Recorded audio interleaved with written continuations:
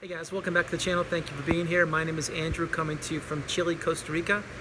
Tonight's topic is going to be when you are feeling alone in the narcissistic relationship and after it. Before I jump into the content, please subscribe if you like it. Here's what it is. When you're in the narcissistic relationship, you feel alone and you feel completely isolated. Now, not the whole time, but as the relationship develops, let's be real, you feel alone. And you're not quite sure what's going on. You don't know who to talk to or where to turn, if anywhere.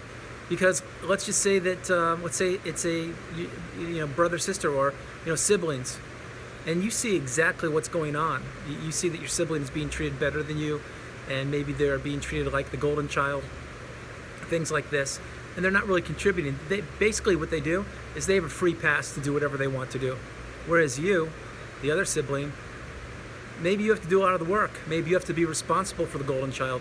Maybe you have to actually act like a parent because your parent, who is the narcissist also, is treating your sibling like the golden child and making special exceptions for them. Basically treating them differently than you. And I know you understand what I'm talking about if this resonates with you. So that's what you could feel alone. You could feel isolated. Like, what is this? This isn't fair. My brother or sister, like, we're supposed to be equal. We're both children. We're both kids. But no, the other one is being treated so much better than you. And it seems like they never get in trouble, meaning, of course, you don't want them to get in trouble, but they're never held accountable. And they can do virtually whatever they want to, whereas I am held accountable not only for my actions, but I'm held accountable for my siblings' actions too. You see, I have to make sure that they are treated perfectly. And that can be very frustrating. I can discuss this topic right here, guys, by the way, because I have firsthand experience with this. So that's one way, and you feel alone. You're like how? Like, no matter what you do, you're just not being respected and treated properly. You're basically being treated like an adult, even though you're a kid, and it's not fair. It's not right. Your responsibilities are those of basically an adult, when in fact you're just a child and you should be treated like a child. But no, it's not the case.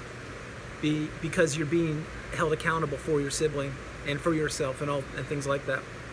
I hope that you guys follow that. The next part is, so you feel alone and you're like who do I talk to? And there's virtually no one you can talk to because no one's going to understand what you're going through. And you want to voice it, but you can't because you don't know who to turn to. Another one is in the romantic relationship. Let's say your significant other turns out to be a narcissist. And I know many of you can resonate with that. You feel alone again while you're in the relationship. The reason why is because when you're in it, you actually believe that the relationship you're in is healthy. And it's, I can't say the word normal, I don't really like to use that word, but it's a stable relationship. And yeah, you're questioning yourself often. And you're thinking, wow, is this right? I'm not quite sure. And again, I've experienced there because I was married 6 years to a narcissist. So the whole time you're looking at other couples and social interactions and you're seeing how they interact and they're giving each other the beautiful eyes, like they're connected or they're being really nice to each other. Pardon me. Now, I do understand and appreciate that not every relationship is perfect on the outside. I'm sorry, it may appear perfect on the outside and it's not. I get that. I lived it for 6 years, so I follow that.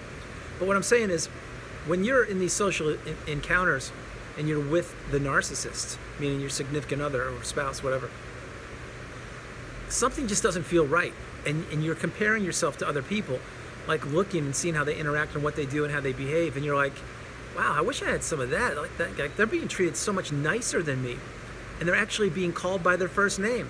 Like, hey, Andrew, how are you? Things like that.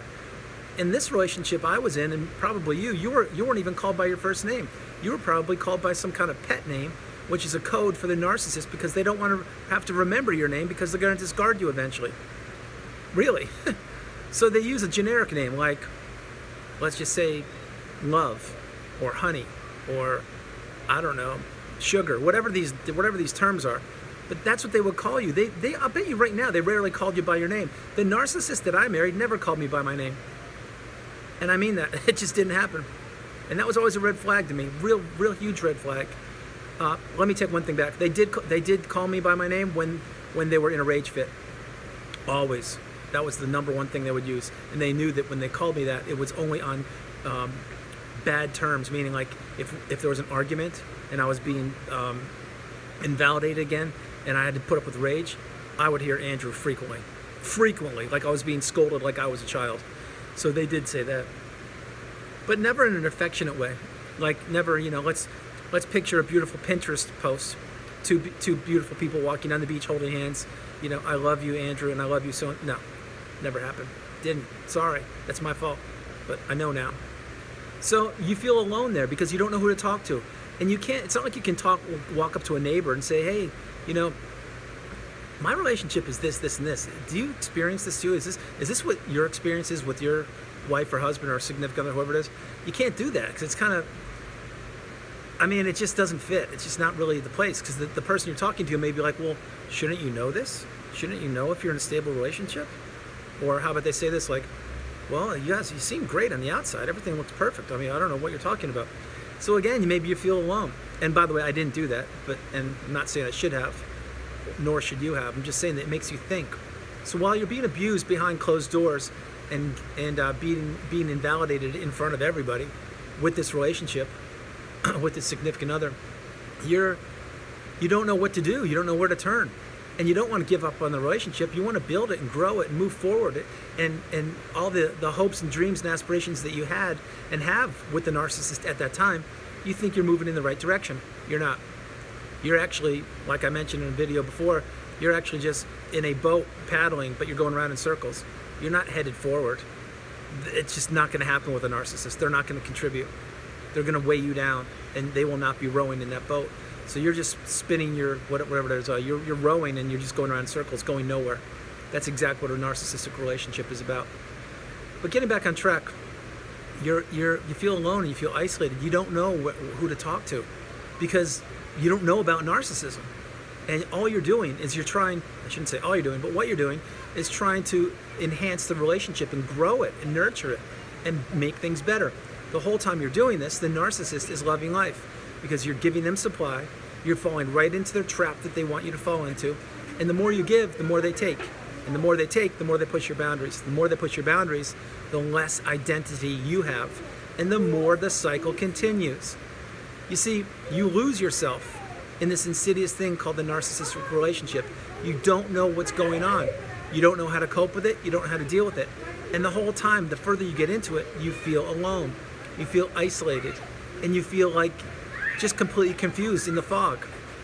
Why this happens is because you didn't have education on narcissism. You had no idea that it even existed on this planet. You just used the word like, yeah, okay, that narcissism or whatever, like in a passing. Maybe you use that word, I don't know, once every 5 years at most. I know I didn't use it. Now I use it. Wow. Now I probably use that word upwards of 300 times a day. And I do mean that. So, to get back on track though with the topic, you feel alone, you feel isolated, and you don't know where to turn. And feeling alone, that's a horrible feeling. Like, especially when you're in a relationship, let's say sibling or a loved one or spouse, whatever, because these are the people that you're supposed to count on. This is your support system or your alleged support system who's supposed to be there for you, to build you up, to listen to you, to be there and support you. That's what it's called, support system. It's not meant to be the support system in the narcissistic relationship isn't there meant to tear you down, to make you feel invalidated, to rip your heart out, to destroy you, to take all of your beautiful assets, your health, your looks, your money, your energy, your time, your integrity, your empathy, your kindness, your love, your soul. They take this and destroy it, and they don't care. You see, the whole time, what you're doing is you're so close with this person, or so you feel, that you can tell them things and you can trust them. And the more you tell them, the more they use against you, and the further away they push from you. It's what happens. And you feel more and more isolated. As the days go by, the narcissist seems to treat you less and less favorably, which is true, and they take more and more from you. And before you know it, you are literally a shell of yourself, isolated for real this time. Not that you weren't in the past, but this time the discard's right around the corner. And when that happens, this is a different kind of isolation, which is the worst kind. What that means is when you're discarded, which I'm not going to touch on that much here in this video, but that's when the narcissist peels the mask off. They let you know exactly who they are, that they didn't care about you, that they don't care about you, they never will care about you.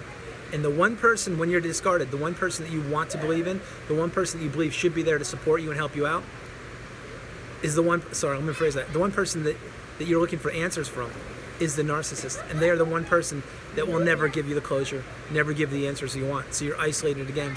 And what you're doing is you're spinning your wheels, not just lost, you're completely isolated. But this time, not only do you not have any alleged support system, you don't have the narcissist, you don't have family or friends because you're probably smeared, and you don't know what's going on.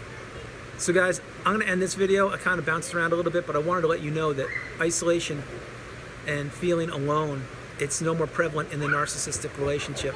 You see, you feel alone and isolated when you're in it, and when you're out of it, until you understand and get the education and empowerment and enlightenment, you really don't know what to do, where to turn. So, like I said, I wanted to drop this video because there's nothing more cruel than when the narcissist does. I'll end it right now. Guys, I hope you liked the video. I love doing it from Chile, Costa Rica. This is Andrew. God bless you all. I'll talk to you soon. Namaste. I love you. Be blessed, and I'll talk to you soon. Bye-bye.